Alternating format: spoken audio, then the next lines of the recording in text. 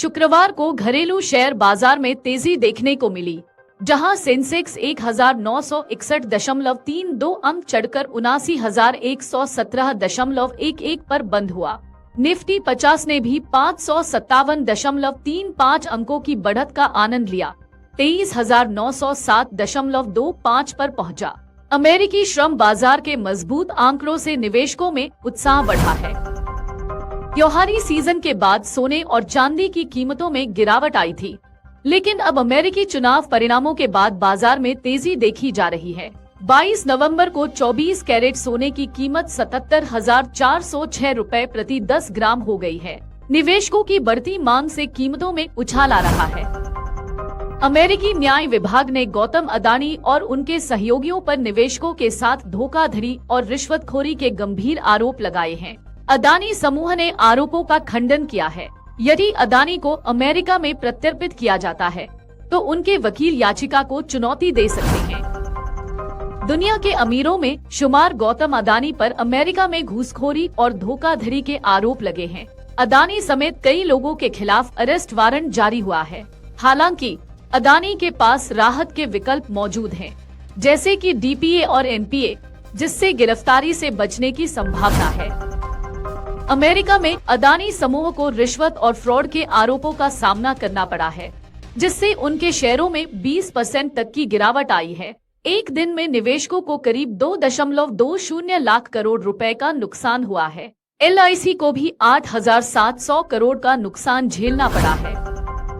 America की अदालत ने गौतम अदानी और उनके भतीजे सागर अदानी सहित कई अन्य के खिलाफ घूसखोरी और निवेशकों को धोखा देने के मामले में कार्रवाई की है। अदानी समूह के शेयरों में 27% की गिरावट आई है और अदानी ग्रीन एनर्जी ने करोड़ों डॉलर की फंड जुटाने की योजना रद्द की है।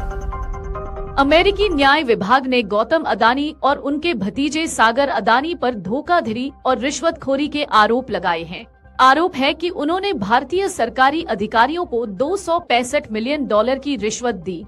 सागर अदानी, जो अदानी ग्रीन एनर्जी के कार्यकारी निदेशक हैं, को भी इस साजिश में शामिल माना जा रहा है।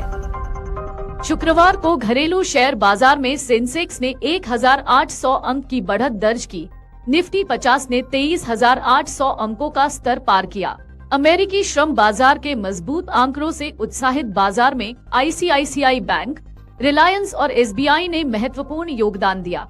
अदानी समूह के शेयरों में गिरावट जारी है।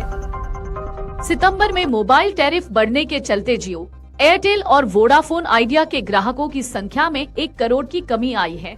वहीं BSNL के ग्राहक 8.5 लाख बढ़कर 9.18 करोड़ हो गए हैं। कुल मिलाकर भारत में मोबाइल फोन ग्राहकों की संख्या 115.3 करोड़ है। भारत में 2027 तक 40 लाख महिलाओं के लिए कामकाजी अवसर पैदा किए जाएंगे।